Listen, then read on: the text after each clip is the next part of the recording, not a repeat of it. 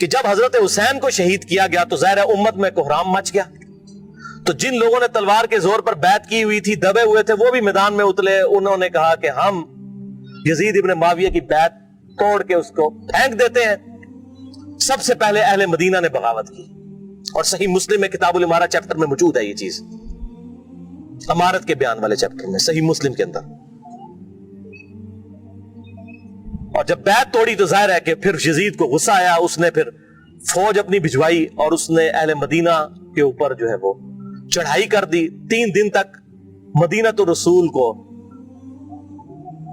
حلال ٹھہرا لیا کہ وہ حضرت عثمان غنی رضی اللہ تعالیٰ عنہ جنہوں نے شہادت گوارا کر لی لیکن مدینے میں اپنے دفاع میں تلوار نہیں اٹھنے دی کہ مدینہ تو رسول میں میری وجہ سے خون نہ گرے.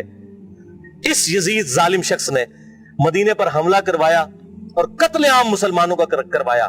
صحیح بخاری میں کتنی حدیثیں میں ان کے حوالے دے دیتا ہوں. صحیح بخاری میں 2604 2959 4024 4906 یہ صحیح بخاری میں ہے. صحابہ کا قتل عام کروایا. یہ کہتے ہیں صحابہ کے گستاخ، اور جنہاں دے چمچے ہونا سب تو بڑے گستاخ او جے صحابہ دے جنہاں نے صحابہ نو قتل کیتا جے. گالی دینا سے چھوٹا جرم ہے، قتل کروانا بڑا جرم ہے. اور گالی بھی میں نے بتا دیا انہوں نے شروع کروائی ہوئی ہے. یہ ساری بدعتیں بنو امیہ کی شروع کی ہوئی ہیں، ممبروں پر حضرت علی پر لعنت کرنا اور صحابہ کو قتل کرنا.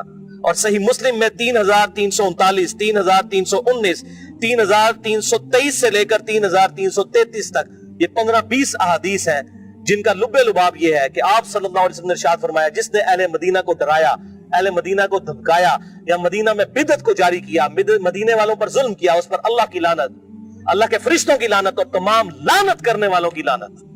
کہتے ہیں یزید پر لعنت نہ کریں. ہم کسی کلمہ گو اہل قبلہ کے پر لعنت کے قائل نہیں ہیں. آپ صلی اللہ علیہ وسلم نے ہمیں منع کیا ہے، لیکن اس کا یہ مطلب نہیں کہ وہ لعنت کا اہل نہیں ہے. لعنت خود بخود ہو جائے گی. قرآن میں آیا لعنت اللہ علی الکاذبین، جھوٹوں پر اللہ کی لعنت. آپ میرے سامنے واضح جھوٹ بولیں، میں آپ کو لعنتی پھر بھی نہیں کہہ سکتا، حالانکہ آپ لعنت کے مستحق ہو رہے ہوں گے. جھوٹ بول کے خود بخود مستحق ہوں گے لعنت کے. اسی طریقے سے سورہ محمد کی آیت نمبر 22 اور 23 میں آتا ہے جو لوگ فساد فی الارض کرتے ہیں، زمین میں قتل ناحق کرتے ہیں، ان پر اللہ تعالیٰ کی لعنت ہوتی ہے. تو قرآن میں لعنت آئی ہے ظالموں کے اوپر، تو ہمیں تو بھیجنے کی ضرورت ہی نہیں. خود بخود جسے فٹ اسے گفٹ، جو ایسا کام کرے گا وہ خود لعنت کا مستحق ہو جائے گا. ہم کیوں لعنت بھیجیں، وہ خود بخود لعنت کے مستحق ہو گیا. بولے اعوذ باللہ تعالی. اور اسی واقعہ، اس کو واقعہ حرہ کہتے ہیں جس میں اہل مدینہ کو لوٹا گیا. اور یہاں تک کہ حافظ ابن کثیر جو آخری درجے تک اہل شام کا دفاع کرتے ہیں، لیکن یہاں پر وہ بھی تڑپ اٹھے اور انہوں نے کہا کہ یزید نے جو ظلم ڈھایا، 1000 صحابیات اور تابعیات بغیر شادی کے حاملہ ٹھہری. زنا کیا یزید کی فوجوں نے. 3 دن تک مسجد نبی میں گھوڑے باندھے وہاں پر پیشاب کرتے رہے اور مسجد نبی میں نماز نہیں ہوئی. اور حتیٰ کہ پھر حافظ ابن کثیر تڑپ اٹھے جب مختار سخوی نے 22,000 قاتلین حسین کو ایک ایک لسٹ بنا کر قتل کیا، تو ابن کثیر کہتے ہیں کہ اس نے مسلمانوں کے دل ٹھنڈے کر دیے.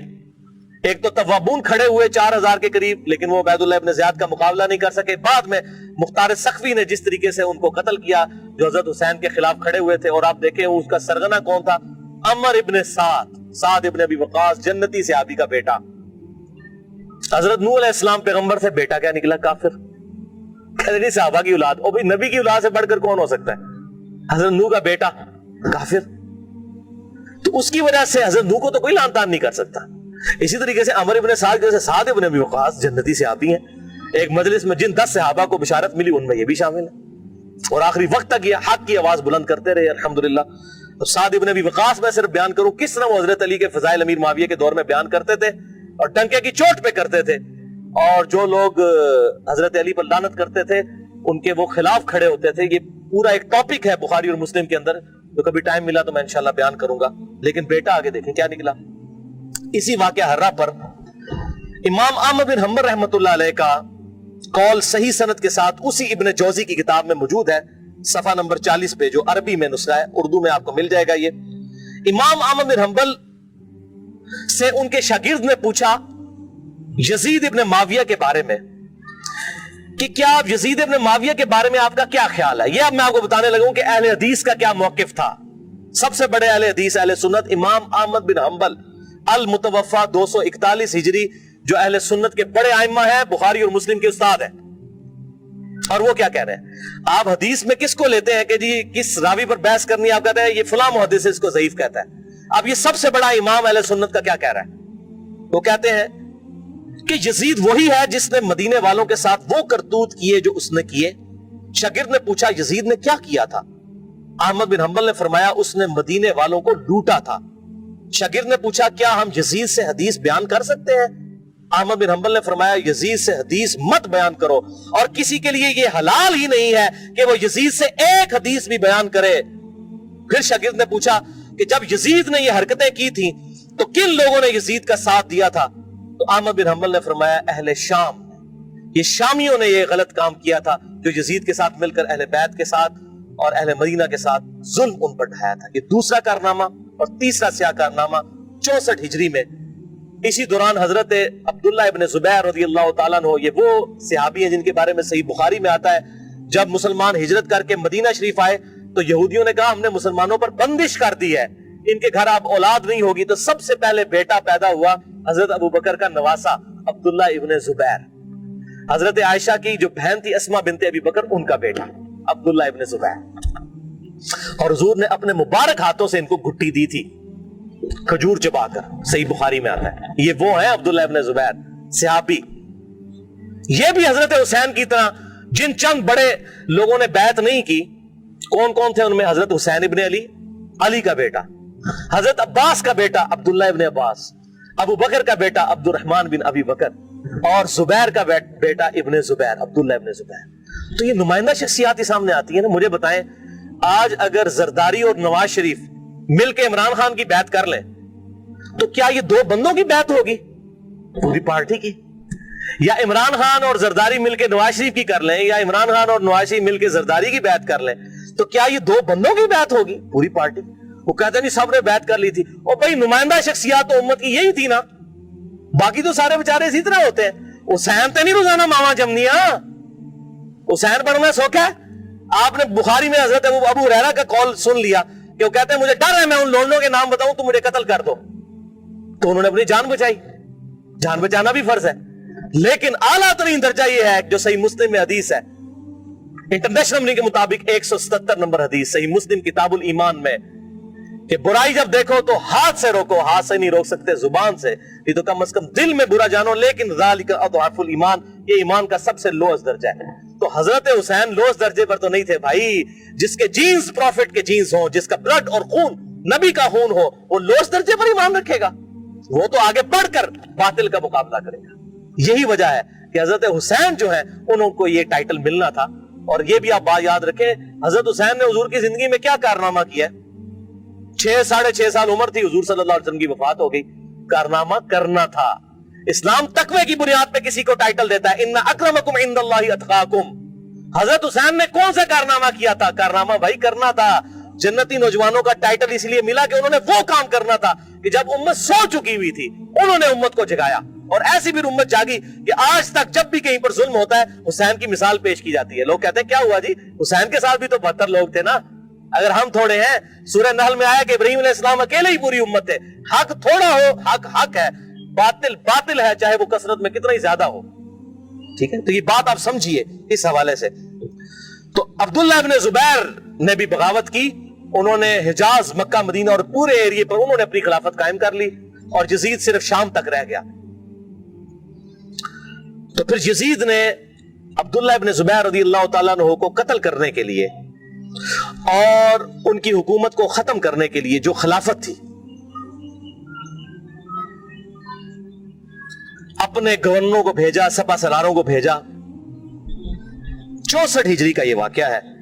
اور یہ صحیح مسلم میں انٹرنیشنل نمبر کے مطابق 3245 صحیح مسلم 3245 نمبر حدیث ہے کہ ابن زبیر پر جب حملہ کیا اس دوران خانہ کعبہ کو منجنیق سے پتھراؤ کیا گیا، غلاف کعبہ بھی جل گیا. 3245 صحیح مسلم.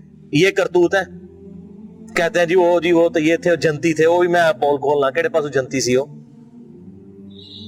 صحیح مسلم 3245 خانہ کعبہ کو جلا دیا. لیکن پھر اس دوران پہلے واقعہ کربلا، اس کے بعد واقعہ حرہ ہوا، اور پھر ابن زبیر پہ جب حملہ کیا اسی دوران یزید مر گیا 64 ہجری کے اندر. جب مرا تو پھر ابن زبیر نے اسی جنگ کے دوران وہ مر گیا. ابن زبیر نے کہا کہ جاؤ اپنے شیطان کی خبر لو, وہ مر گیا. تو پھر اس کی فوج تتر بتر ہو گئی. پھر 9 سال تک خلیفہ رہے اس پورے ایریے کے اوپر عبداللہ ابن زبیر. پھر جب عبد الملک بن مروان کے مرنے کے بعد بنا, اس نے پھر حجاج ابن یوسف کو بھیجا. پھر دوبارہ خانہ کعبہ پر حملہ ہوا, اور وہ بھی صحیح مسلم 6496 نمبر حدیث میں موجود ہے. پھر ابن زبیر کو حجاج ابن یوسف نے, جو اسی بنو امیہ کی باقیات تھی, اس نے قتل کر کے خانہ کعبے کے دروازے پہ ان کی لاش, صحابی رسول کی لاش لٹکائی 1 ہفتے تک کے لیے. صحیح مسلم 6496. ابن زبیر کو 74 ہجری کے اندر شہید کر دیا گیا. یہ بھی انہی کا کارنامہ تھا.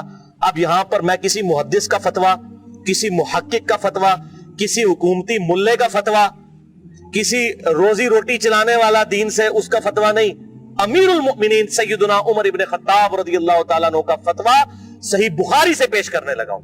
انٹرنیشنل نمبرنگ کے مطابق صحیح بخاری میں 6830. سیدنا عمر کا جب آخری حج تھا تو آپ کو کسی نے آ کر خبر دی, اس کے بعد آپ شہید ہو گئے, کہ لوگوں میں یہ چیما گوئیاں ہیں کہ جب عمر مر جائے گا تو ہم فلاں شخص کو اپنا خلیفہ بنا لیں گے, خود ہی چن لیں گے.